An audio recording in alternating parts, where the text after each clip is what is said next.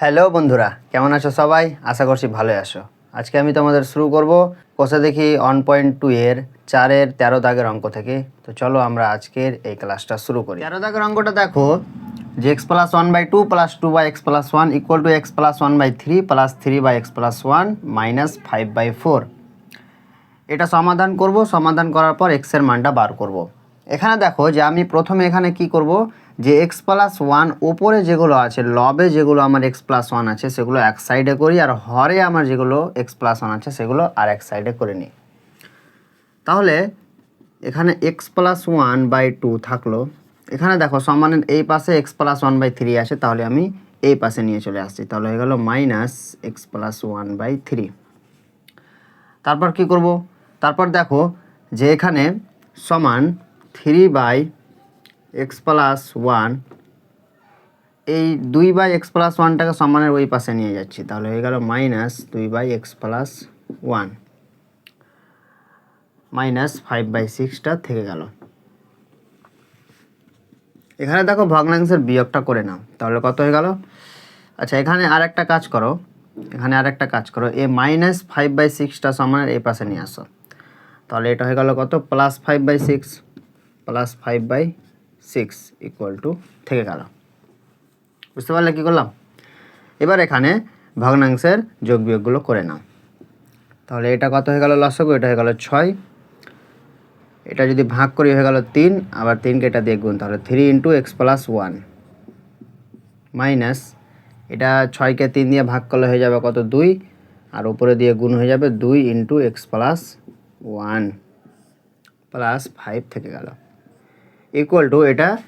এটা ভগ্নাংশের বিয়োগটা করে নাও। তাহলে হয়ে গেল x + 1, এটা হয়ে গেল কত? 3 - 2। এখানে দেখো যে 3 দিয়ে গুণ করে দাও, তাহলে 3x + 3। এখানে হয়ে গেল কি -2 দিয়ে গুণ করো, তাহলে -2x প্লাস মাইনাসে -2 +5/6 = কত? 3 থেকে 2 বাদ দিলে 1, আর নিচে থেকে গেল কত? x + 1। এখানে দেখো যে 3x - 2x কত থাকলো? 3x থেকে 2x বিয়োগ করলে কত? x। আর এখানে দেখো যে এখানে 3 আর এখানে 5 আর 3 যোগ করলে কত? 8, আর 8 থেকে -2 বিয়োগ, তাহলে কত হয়ে গেল? -6। হয়ে গেল। আচ্ছা, মাইনাস হবে না, এখানে যেহেতু প্লাসের ভাগটা বেশি আছে, তাহলে এখানে +6 হয়ে গেল, নিচে 6 = 1/x + 1। এবার কি করব আমরা? এবার আমরা কি করব? কোণাকুণি গুণ করব। তাহলে প্রথমে আমি যদি এই কোণাটা গুণ করি, তাহলে কত থাকলো? x + 6 × x + 1, আর এই পাশে কত পড়ে থাকলো? শুধু 6 পড়ে থাকলো। এবার এটাকে আমরা কি করব? গুণ করব।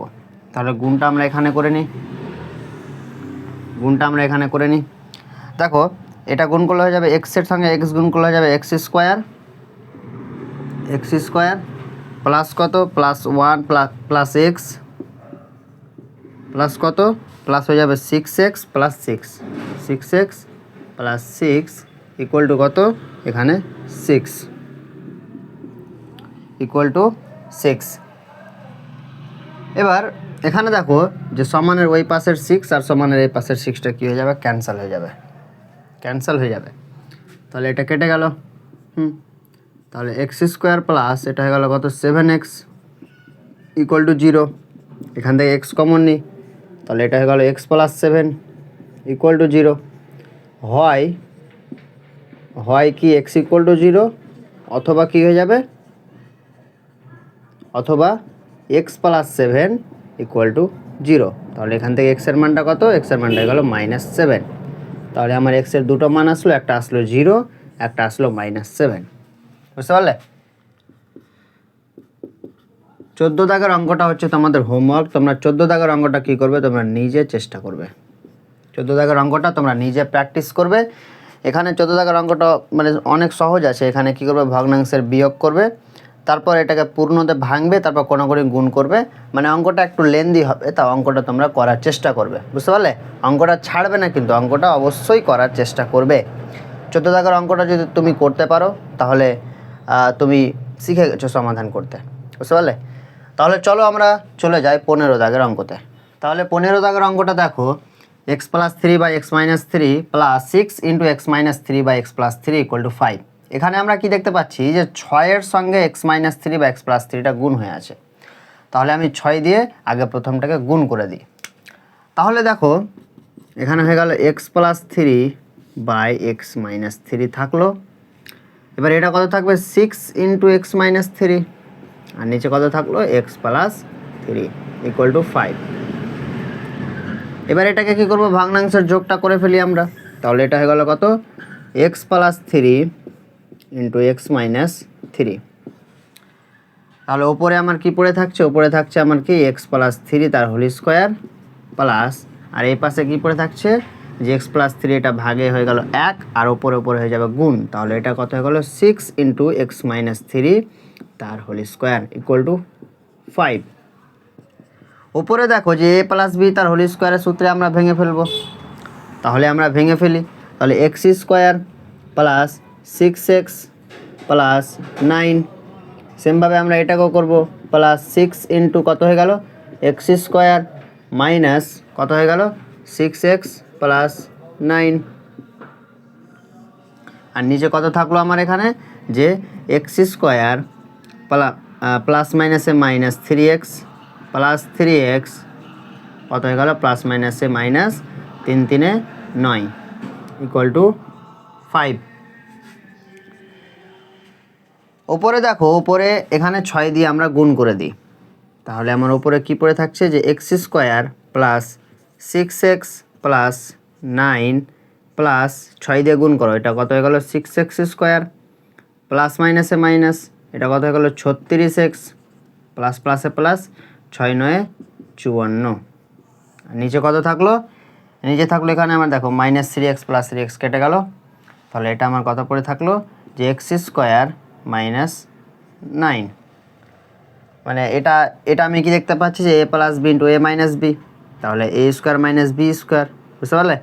এ স্কোয়ার মাইনাস বি স্কোয়ার মানে কি এ স্কোয়ার মাইনাস 3-এর স্কোয়ার, এ স্কোয়ার মাইনাস 3-এর স্কোয়ার ইকুয়াল টু 5। এবার ওপরে আমরা একটু ক্যালকুলেশন করে ফেলি। ওপরে যদি একটু ক্যালকুলেশন করি, দেখো এখানে প্লাস 6x স্কোয়ার আর এখানে শুধু এক্স স্কোয়ার, কত থাকলো 7x স্কোয়ার। এখানে দেখো যে মাইনাস 36x, এখানে প্লাস 36x, কত মাইনাস কত, যেহেতু মাইনাসের ভাগটা বেশি আছে তাহলে এখানে মাইনাস কত 30x, মাইনাস 30x।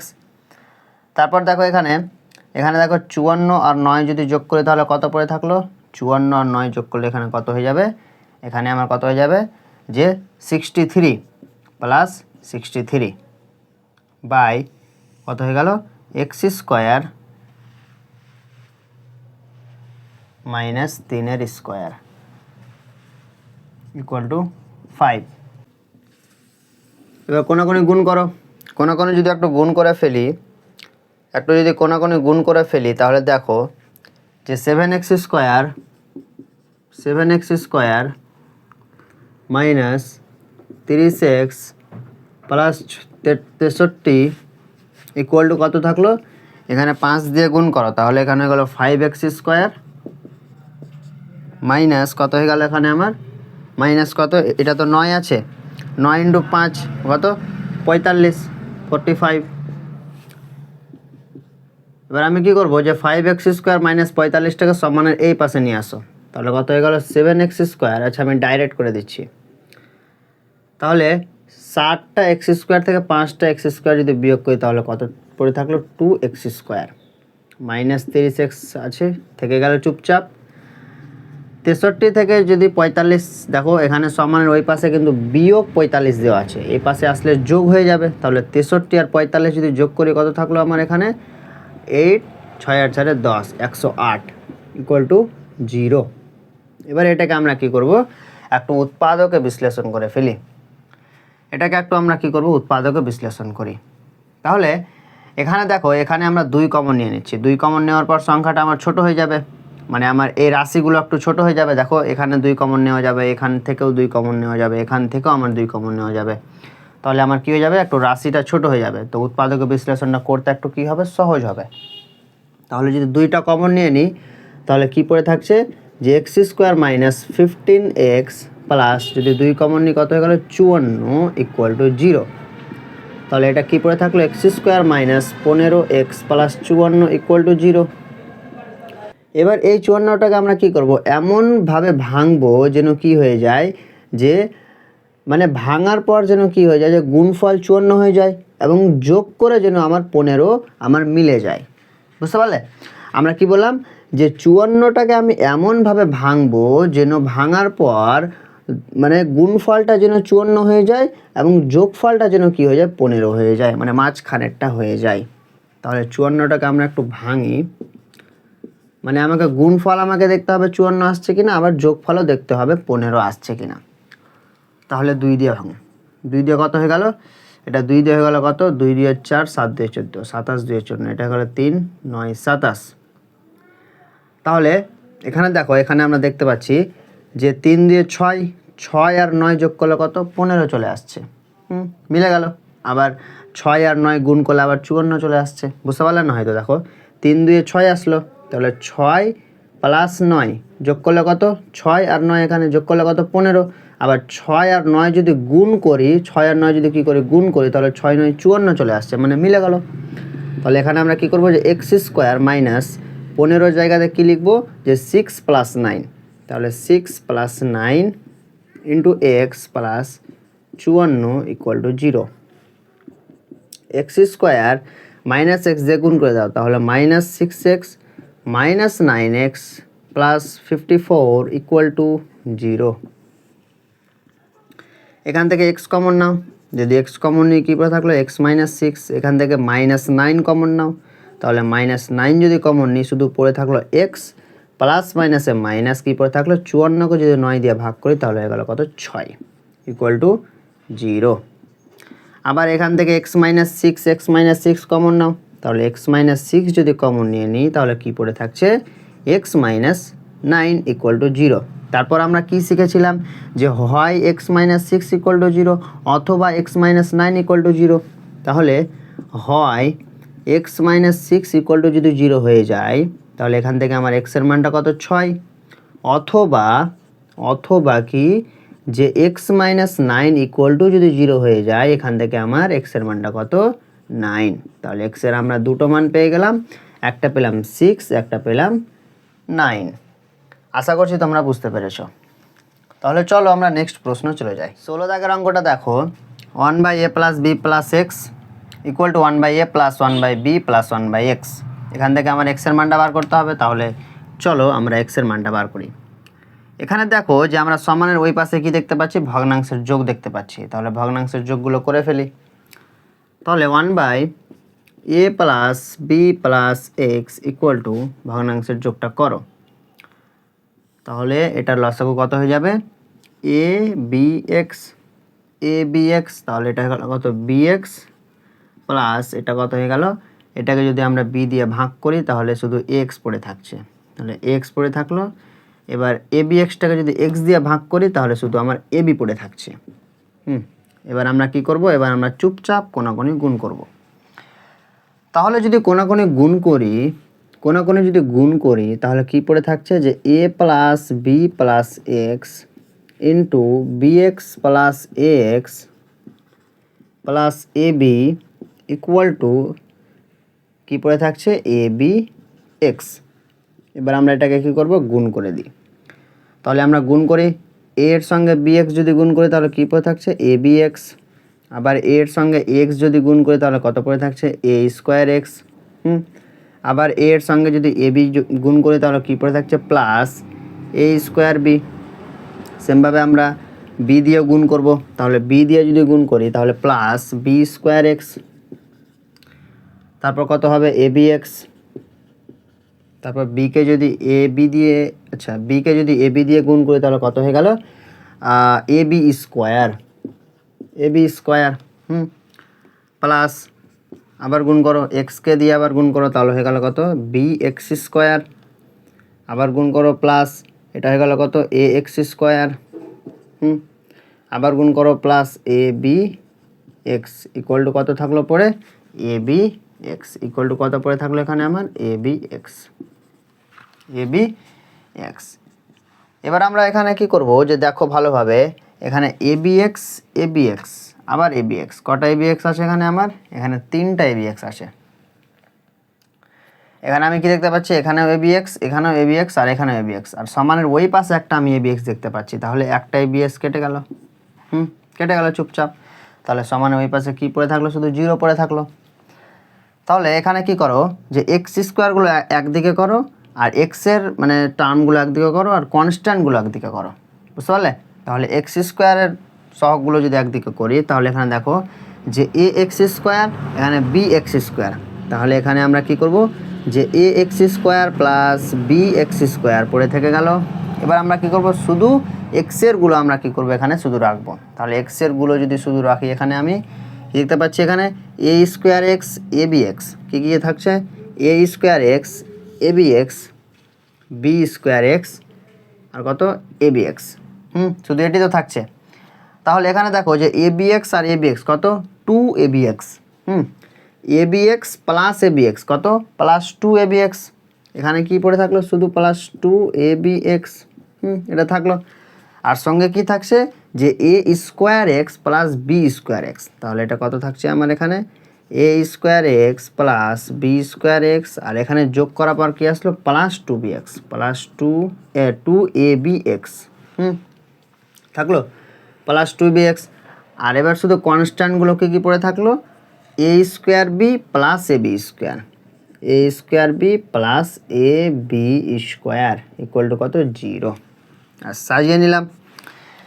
এবার এখানে দেখো যে এক্স স্কোয়ারগুলো কমন নাও, তাহলে a plus B into x square common নিয়ে নিলাম, এক্স স্কোয়ার। এখান থেকে এক্সগুলো কমন নাও, তাহলে যদি এক্স কমন নিই, তাহলে এ square plus b square plus 2ab। দেখো এটা একটা সূত্র হয়ে গেল, যে a square plus b square plus 2ab। আমি এখানে ডাইরেক্ট লিখে দিলাম, কি হয়তো বুঝতে পারলেন না, দেখো ভালোভাবে, যে এখান থেকে যদি আমি শুধু এক্স কমন নিই, এই তিনটে থেকে যদি আমি কি করি, এক্স কমন নিই, তাহলে এ স্কোয়ার প্লাস বি স্কোয়ার, এ square plus b square plus 2ab into x পড়ে থাকলো।